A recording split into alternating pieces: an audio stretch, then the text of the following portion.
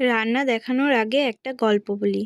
তো শোনো, বাজারে গেছিলাম বেলা করে, তো ওখানে হাফ কেজি মূলাও 10 টাকা আর 1 কেজি মূলাও 10 টাকা।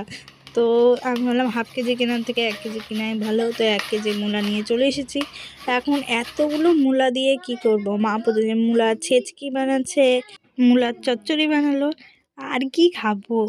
তো আমি ভাবলাম এসব আর খাওয়া যাবে না, লেগে পড়লাম মূলা দিয়ে কি কি বানানো যায় তা দেখতে। তো ইউটিউব ঘেঁটে দেখলাম যে মূলার আবার বড়াও হয়।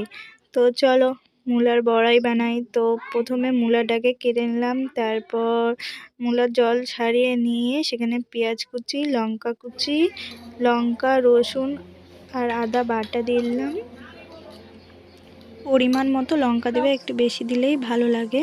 তারপর হলুদ গুঁড়ো দিয়ে দিলাম, তারপর দিলাম ম্যাগি মশলা,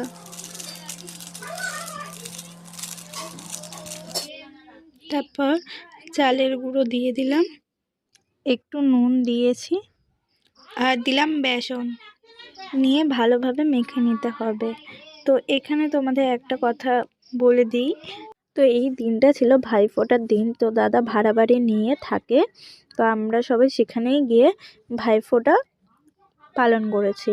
তো যাই হোক, দাদা সকালবেলা উঠে ফুলকপি, আলু, গাজর ভেজেছিল। তো ওটা একটু বেশি হয়ে গেছে, মুড়ি দিয়ে খাওয়ার জন্য ভেজেছিল।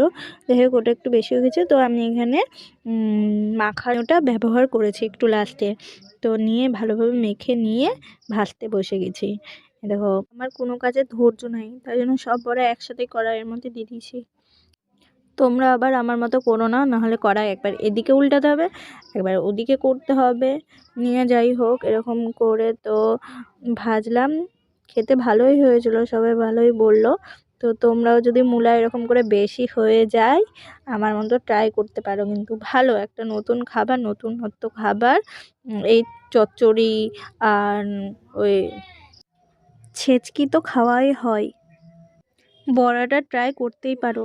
আর যদি করেও থাকো আমাকে জানিও কিন্তু। আর কমেন্ট করে দিও, লাইক করে দিও, আর সাবস্ক্রাইব করা না থাকলে সাবস্ক্রাইব করে দিও।